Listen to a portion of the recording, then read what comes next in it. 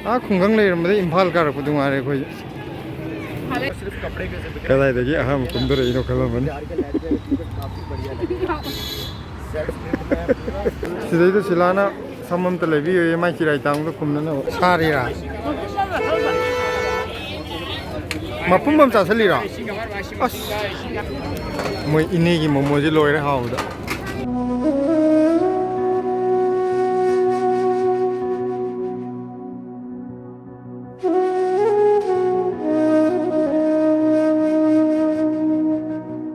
मसीदी लाजपत नगर की market उलके सिगी market है जी Ahaan बोइने लाखने ngasi अदो मार्केट से हम नुंगाइबा मार्केट ओइ लेरमे आइदी यामना बस करी करा याम हौ कनो तवजु ओइदेबा निनबजु ओइदेबको अदना चटपदि याम नुंगाइबा मार्केट म ओइबो सुम पोट लेबगा दइ nga ka थोलकपदि याम नुंगाइदो मार्केट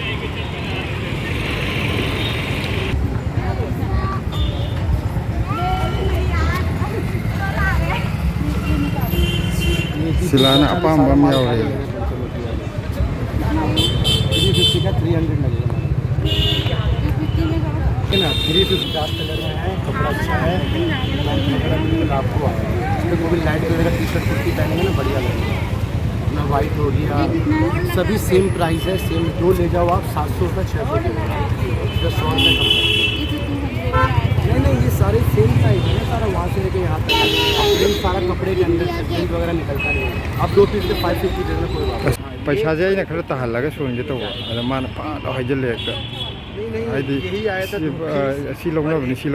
तो मयांगने कइमता हाइनदना चलो पिथोरे सिर्फ कपड़े के से कदाइदगी अहम कुंदर इनो खलमन काफी बढ़िया लगे सेंट्रल मार्केट मनुंग सुम चगले मो सिदैदा कनो लेरे शोरूम अचो अचो लेरे बुकने सिगी सारिबा मैम जे कौशलगा लई मैम जे संसारमनी पैसा नीबना जो मसिंग थिंगमदे अदगी मखन मखन कना खंगने असेंबगी अशोकनमदे होगल सियन गदि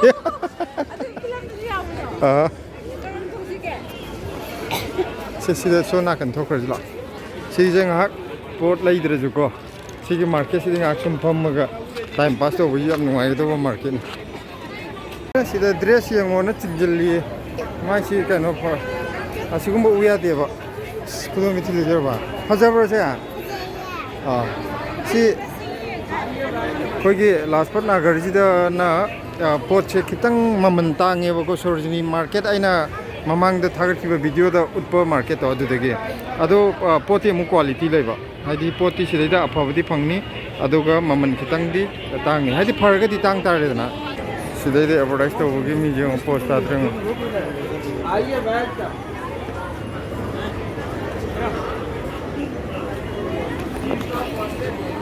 तो लेरे एगो मी कौसनबा लेरिजिंग के पोस्ट ताद्रंग ममा मुझे लगती है उनको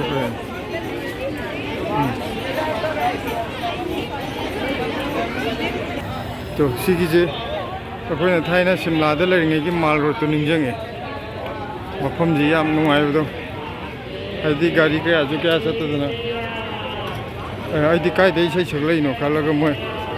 पैसा निबा कांगु अरबाने आइजुने लाइसंग लै माने येमुबा अस स्वाइदी सिगी मतेक सिदी याम नुंगाइ पोस्टा लोय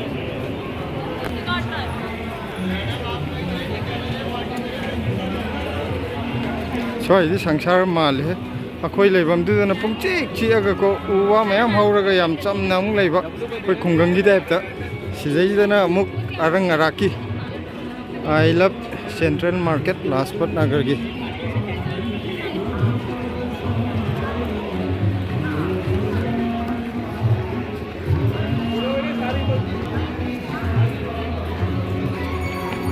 कनाई फोटो नोंजे थेले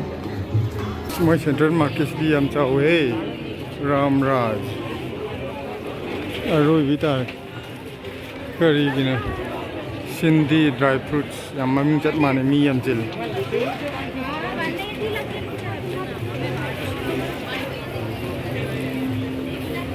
ꯑꯩꯈꯣꯏꯗꯤ ꯀꯣꯇꯂꯥ ꯃꯨꯕꯥꯔꯛꯄꯨꯔꯒꯤ ꯃꯥꯔꯀꯦꯠ ꯑꯦꯟ ꯈꯪꯗ꯭ꯔꯕꯅꯤꯅ ꯁꯤ ꯂꯥꯛꯄꯗ ꯃꯤꯠ ꯅꯥꯒ ꯁꯤ ꯊꯛ ꯊꯛꯑꯦꯗ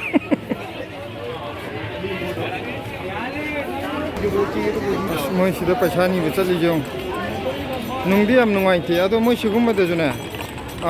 ꯇꯧꯁꯟꯅꯕꯁꯨ ꯌꯥꯝ ꯂꯩꯕꯅꯤꯀꯣ ꯁꯤꯁꯤꯃꯛꯇꯤ ꯑꯩ ꯈꯪꯗꯦ ꯑꯁꯦꯡꯕ ꯑꯣꯏꯔꯝꯕ ꯌꯥꯏ ꯑꯗꯨ ꯑꯣꯏꯔꯒꯁꯨ ꯇꯧꯁꯟꯅꯔꯒ ꯄꯩꯁꯥ ꯂꯤꯕ ꯃꯤꯁꯨ ꯌꯥꯝ ꯂꯩꯌꯦꯕ ꯍꯥꯏꯗꯤ ꯃꯄꯥꯟ ꯊꯣꯛꯂꯛꯑꯗꯤ ꯃꯈꯟ ꯃꯈꯟꯒꯤ ꯊꯦꯡꯅꯩ ꯑꯗꯨꯅꯤ ꯑꯁꯦꯡꯕ ꯀꯩꯅꯣ ꯇꯧꯕ ꯕꯦꯔꯥ ꯀꯥꯕ ꯃꯤꯁꯨ ꯂꯩ ꯑꯗꯨꯒ ꯇꯧꯁꯟꯅꯔꯒ ꯄꯩꯁꯥ ꯇꯥꯟꯕꯁꯨ ꯂꯩ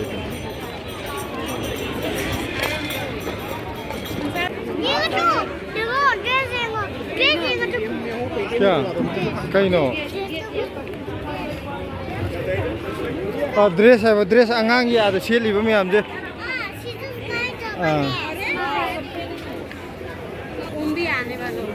मकोई की मार्केट सिदी याम नुंगाइब चानी लुपा 700 फिक्स प्राइस नि करीनो फी कनो खोंगाव लोइन क्वालिटी खरा फरंगनी सिदा नुपी की बैग फजा फजा याव रहे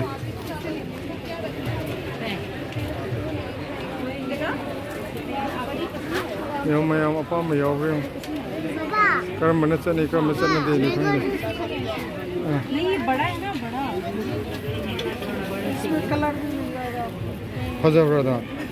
पता नहीं क्या क्या ये वाला भी मिल जाएगा है ना ममन जो हंगो सुम सब 500 अना ममन हंगो ना हाबदा मैतेरम खंगजा लुपा चोंगा ने है ओ आइदे अइना हाबदि कुमाई बोय कलो रे लास्ट अइना सेरान तुरन ngang रगा लोन खंगना दनाय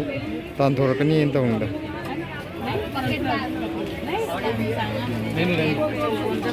फजे फजे फजे फजे याम याव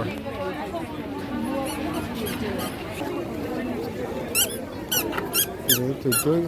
कई न की यो लिजना ले लो 50 का से ले लुपा यांkai गिनी अदु कई दौड़ देन लुपा यांkai पी लेगा ख्वाई चावम लेगे तो ले रे आ जा चावरिंगे फरे ले लो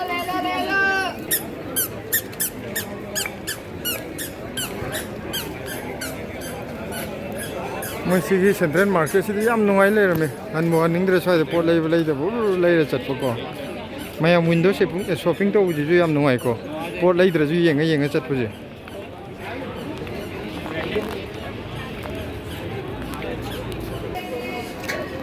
खोंगाव रदुबो मैं कलर चाहिए कलर मिल जाएगा ये लोग कम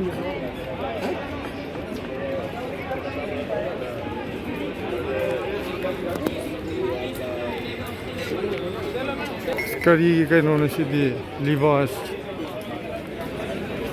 पुंगांगांगे सिदी नारंग होलसेल प्राइस माने कनो की नुपी की लहंगा का योनबगी दुकान अचो शोरूम अचो हाइतारे दुकान गा हाबदुदी फजद्रे समाय खरगा तांग बिदि शोरूम गायना हायर कान पोस्ट आयो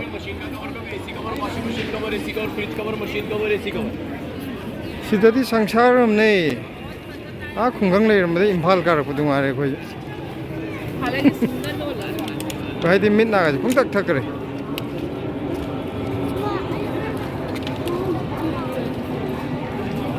थोइना पामजब ड्रेस ओरनी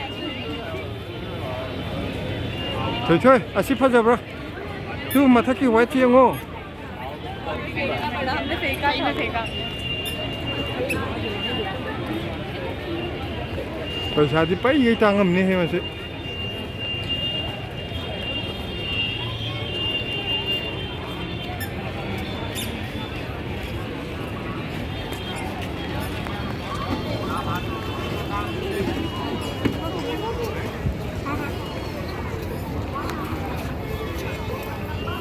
साइज अखोगी कुशन की कवर गुम्बको अदगी सोफा की डाइनिंग टेबल की फ्रिज की लो इन यावरी सिलोई ले मनुंग दना शोरूम फजा फजाबा मपान दना हम लोकल की पोस्ट ताबा यामना नुंगाइबा मार्केट नि सिदे दुम लाकनिंगदोरे तीन प्लाजे बेटा भी देखो हर प्राणी में परमेश्वर हंगुरा मैं सी लेम ये पोज हम ताबो नहीं चाहिए नहीं देते नहीं आई सुमाइना कनो द लिगली द मई थान मजदी हम तो उदरी हम पोज ताबो ने जा जा ने मक्खन मक्खन ही हो ले जे फिर लेम भी हां ले लो जा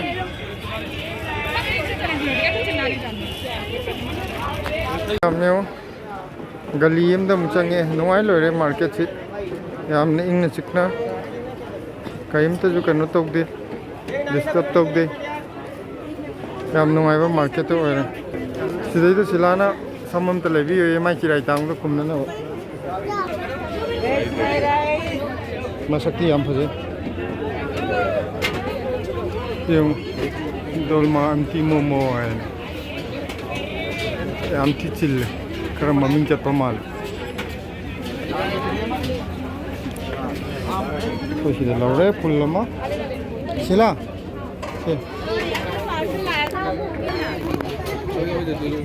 masak pa jadro yamna momos आगे रहना oh hawe oh hawe momo yam hawe sarira mapum cha salira as loire sagar ji da haw di ko dolma anti ki momo ji am haw moi ini ki momo ji loire haw da ko jik te chogi piron ki tang lo bi re b mart gi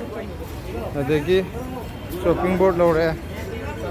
so posai choi bi ki tang nungai na ba na Sini Lajpat Nagar की market सिदजु सिना मापांदा बेगम योले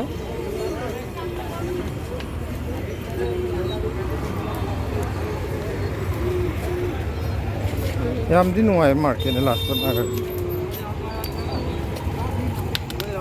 तुमने कहीं ना है चोरी बढ़िया है कौन समझ ये दाल में चुजाक लोग भी मनम जे नुक्सी दो मोमो चासे लग कोई चादी चानिंग दरे निंदो वेरम द चरा जो वांजलुरम ने अदुगो मोमो चासले से चूजे मकक मकक का चूजी दे इसिंग जो हाइजल लगा कनो तौरी फ्रेश होइना बना तुंगिद्र गंग दे दे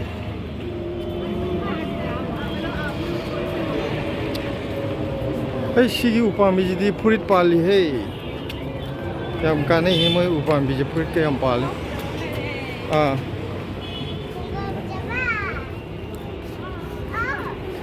시피 사람 게 그냥 사리로 실라시와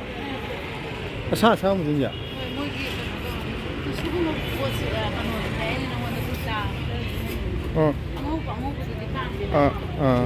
마수 비단 거 또 보제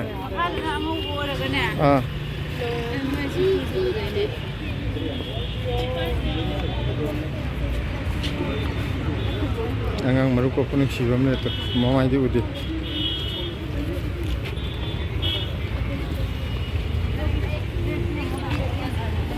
Sida bek charong pal hai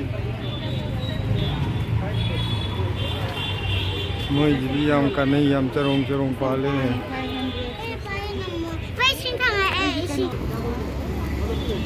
tupi apan li phaja ho jawe hai pink color ke तीन चार की बेस्ट है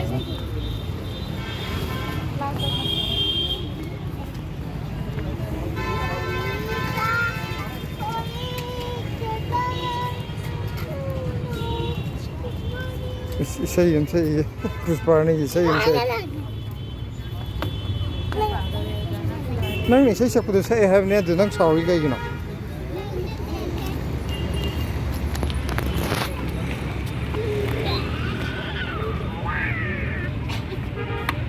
सना लुपा में हम नहीं रहे लई फज फज भी और है हां असीम में लई नहीं सिना असाब ने ते फजयम कुजी मेट्रो योरे चंगमुंगी साइज मेट्रो मखोंगा सेम नोय यदि सिविल एरिया ने हेले नोय समायना टाइम पास तो होई दे इंग सिग्नल लाइबैना कोइने हेलेबा तुना वीडियो साइड लो लगे मैं